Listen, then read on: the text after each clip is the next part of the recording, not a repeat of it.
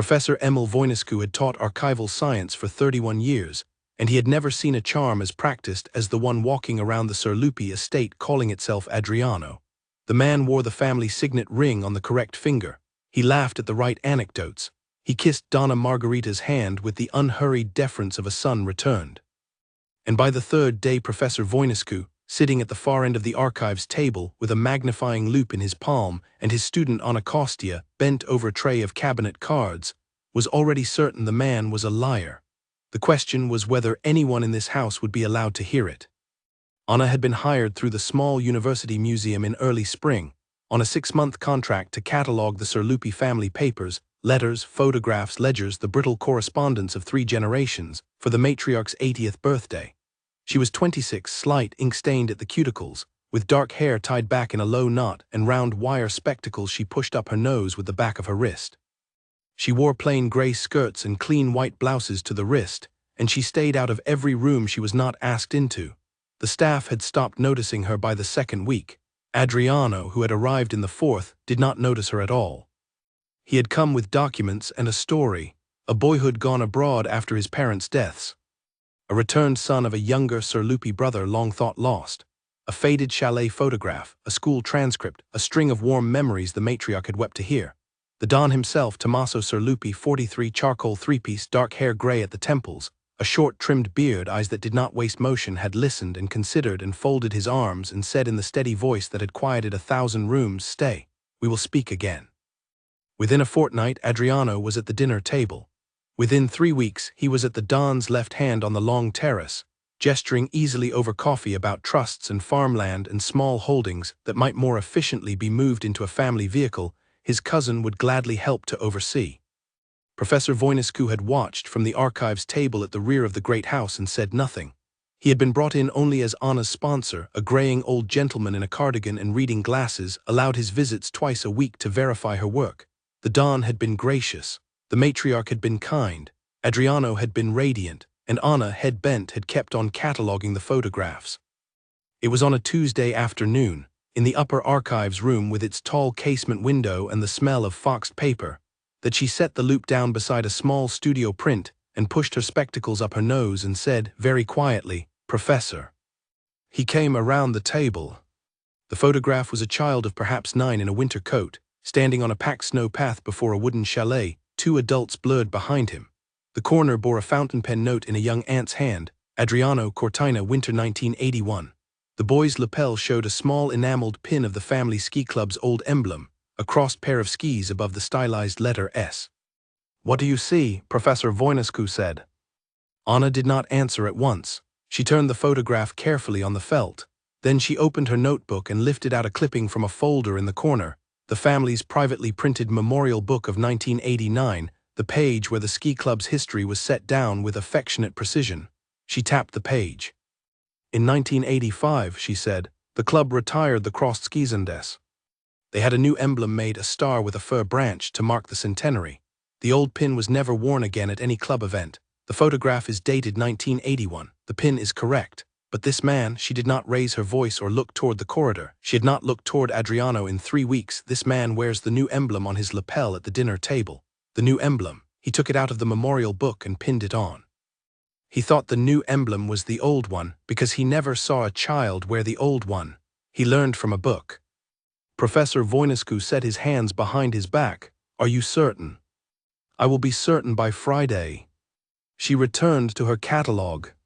She did not speak of it again until Thursday, when she came in carrying a flat archival box under her arm and set it on the table without flourish.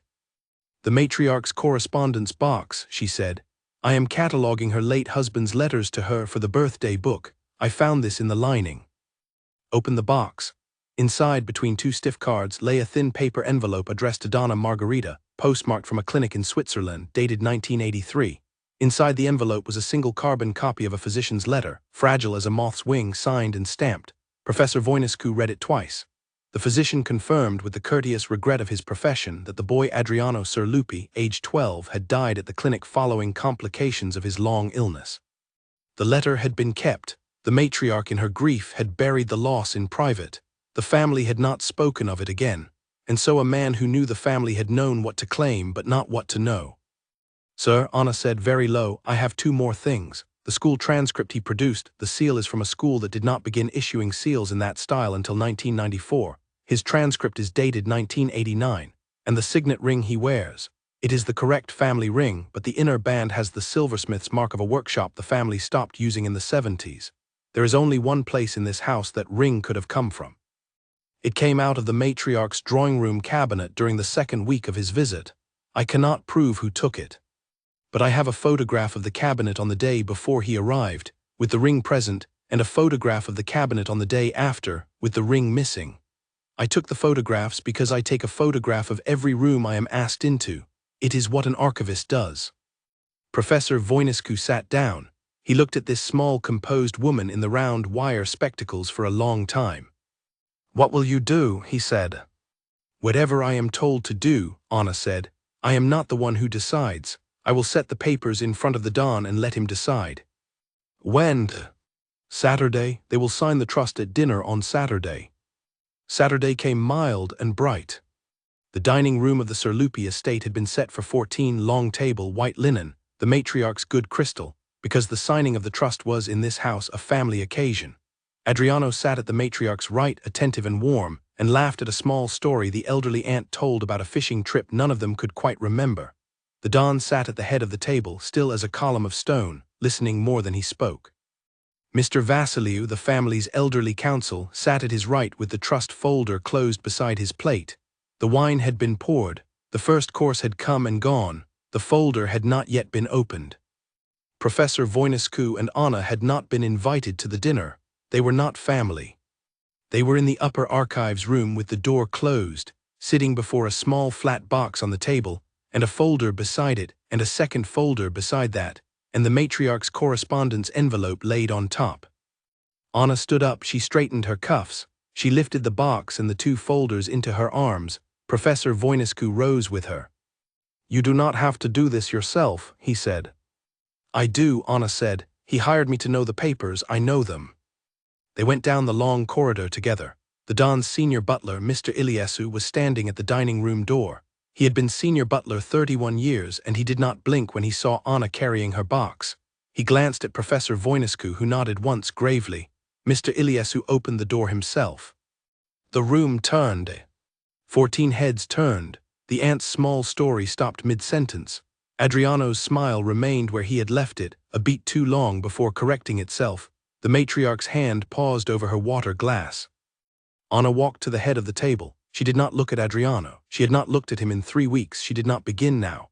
She set the flat archival box on the linen at the Don's left hand beside his bread plate, and she set the two folders on top of the box square. She did not open them. She kept her hands on the lid for one steadying second, and then she stepped back exactly one pace, and she said in a voice clear enough to carry without being loud, "Sir, before you sign, I think you should read these." The Don did not move at first. He looked slowly at the box. He looked at her face. The room did not breathe. "Miss Kostia," he said. The voice was unhurried and very low.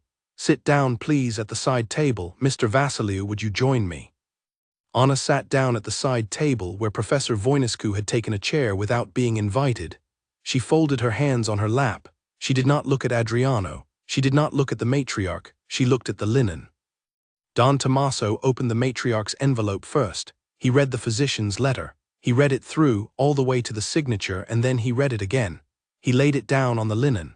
He lifted the cabinet card photograph from the first folder and turned it on its face, so the date in the aunt's hand was visible. He set the memorial book beside it, open to the page on the ski club's emblems. He moved a finger from one to the other. He took up the school transcript from the second folder. He took up the dated photographs of the drawing room cabinet before and after. He did not raise his voice. He did not look at Adriano yet. He looked at Mr. Vasiliu. "The trust will not be signed tonight." "Of course, Don Tommaso." He looked then at the matriarch. Her hands were in her lap. Her face had gone white as the linen. He reached across his place setting and laid his hand over hers, lightly, the way a son lays a hand on a mother's. "Mama," he said, "come with me to the study, please. Mrs. Iliescu will sit with you. We will speak in a few minutes." The matriarch rose. The old butler's wife appeared at her elbow as if she had been waiting in the corridor for 100 years. They went out together. the matriarch's small hand resting on the housekeeper's arm. Don Tommaso looked last at Adriano. "Sir," he said, "you will wait in the small study at the end of the hall. Mr. Vassiliou will be with you. Mr. Iliescu will be with you. You will give Mr. Vassiliou the ring you are wearing, the school transcript you produced, the chalet photograph, and your travel documents. You will sit in that room until the proper officers of the law arrive. They will arrive within the hour. You will be permitted to instruct counsel of your own, but you will not leave the room. Do you understand me?" Adriano had stopped smiling some minutes ago in the slow, careful way a candle goes out. He stood up. He set his napkin on the table. He looked for the first time at Anna. Anna did not look back. She kept her hands folded on her lap and her eyes on the linen, and the look on his face slid off her like rain off slate. "I understand," he said. He went down the hall between the butler and the lawyer, and the door of the small study closed behind him with the soft, definite sound of doors in houses where the doors mean something. Professor Voinescu, watching, thought it was the quietest exposure he had ever witnessed in his life. The proper officers arrived inside the hour, 2 of them, in dark coats and quiet voices. They spoke briefly with Mr. Vassiliou in the corridor. They took the ring, the transcript, the photograph, the travel documents, and a sealed copy of Anna's catalogue notes. Anna had prepared the copy herself that afternoon on the chance it would be wanted. The man who had called himself Adriano was permitted to telephone a lawyer. He was permitted to put on his coat. He went out by the side door between the 2 officers into the long gravelled courtyard where the family's cars stood under the porte-cochere. He was not struck, he was not threatened, he was not harmed. He was escorted lawfully into a different car than the one he had arrived in, and the car drove away down the cypress alley toward the gate, and the gate closed behind him, and the matter passed out of this house and into the hands of magistrates who would handle it as such matters are handled, by paperwork, by hearings, by the slow weight of proof. The dinner did not resume. The crystal was carried away. The candles were put out. Don Tommaso sat for a long time with his mother in the study, his hand over hers, saying very little. When at last he came out, he came to the upper archives room, where Anna and Professor Voinescu were quietly returning the originals to their acid-free folders, and the matriarch's envelope to her correspondence box, in exactly the order in which they had been kept. The Don stood in the doorway. He looked at the table. He looked at Anna. "Miss Kostia," he said, "will you stay?" Anna looked up, her hands stilled on the folder. "Sir, my family has had no keeper of its archives for 40 years, the Don said. "My grandfather was the last. The position was permanent with autonomy and dignity, and it answered only to the head of the family. I would like to restore it. I would like you to hold it. You will set your own hours. You will keep your own staff. You will report only to me and only on what you choose to report. You will be paid as a senior officer of the household. The position is yours for life if you wish it, and you may end it at any time and walk out of this house with my gratitude and a reference written in my own hand. You may say no. You may take the night to think. I would like to ask you only because tonight you set a box at my left hand and told me to read it, and I would like the rest of my life's papers to be kept by a person who would do that." Anna looked at him for a long moment. She pushed her spectacles up her nose with the back of her wrist.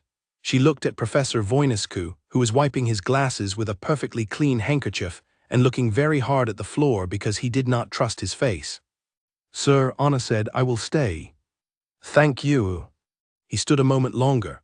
Then he crossed the room, lifted the matriarch's correspondence box from the table with great care, and carried it to the cabinet himself and slid it home on its proper shelf and shut the cabinet and turned, and inclined his head to Anna the way a man inclines his head to a person he intends to remember by name for the rest of his life.